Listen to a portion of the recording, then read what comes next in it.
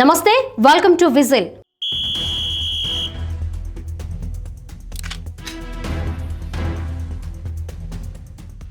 National Herald money laundering కేసులో కాంగ్రెస్ అగ్రనేతలు సోనియా గాంధీ, రాహుల్ గాంధీలకు ఢిల్లీ రౌస్ అవెన్యూ కోర్టు నుంచి భారీ ఊరట లభించింది. ఎన్ఫోర్స్మెంట్ డైరెక్టరేట్ ఈడీ దాఖలు చేసిన ఛార్జ్ షీట్ను పరిగణలోకి తీసుకోవడానికి స్పెషల్ జడ్జ్ విశాల్ గొన్నె నిరాకరించారు.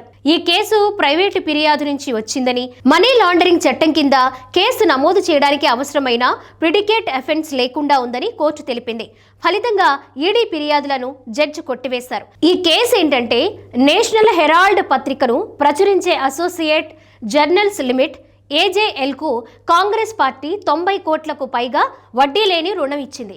ఆ రుణాన్ని రాహుల్ గాంధీ, సోనియా గాంధీలకు మెజారిటీ వాటాలు ఉన్న యంగ్ ఇండియన్ లిమిటెడ్ సంస్థ ద్వారా 50 లక్షలు మాత్రమే చెల్లించి సుమారు 2,000 కోట్ల విలువైన ఏజేఎల్ ఆస్తులను సొంతం చేసుకున్నారని ఈడీ ఆరోపించింది. ఇది మోసం, నేరపూరిత కుట్ర, మనీ లాండరింగ్కు దారితీసిందని ఈడీ 2025 ఏప్రిల్లో ఛార్జ్షీట్ దాఖలు చేసింది. శామ్ పిట్రోడా, సుమన్ దూబే యంగ్ ఇండియన్ సంస్థలతో పాటు సోనియా, రాహుల్ గాంధీలపై ఆరోపణలు మోపారు. అయితే కోర్టు ఈ ఆరోపణలను పరిగణలోకి తీసుకోవడానికి నిరాకరించడంతో సోనియా, రాహుల్ గాంధీలకు తాత్కాలిక ఊరట లభించింది. ఈ కేసు మూలాలు 2012లో బీజేపీ నేత సుబ్రహ్మణ్యన్ స్వామి దాఖలు చేసిన ప్రైవేటు ఫిర్యాదుకు చెందినవి.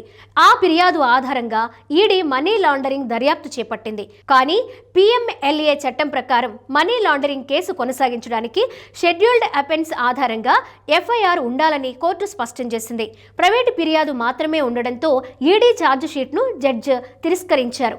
ఈ నిర్ణయంపై కాంగ్రెస్ పార్టీ సంతోషం వ్యక్తం చేస్తూ ఇది రాజకీయ ప్రేరేపిత ఆరోపణలకు చరమగీతమని తెలిపింది.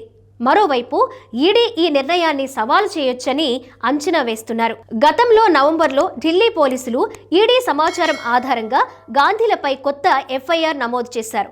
ఆ FIR ఆధారంగా మనీ లాండరింగ్ కేసు ముందుకు వెళుతుందని నిపుణులు అభిప్రాయపడుతున్నారు.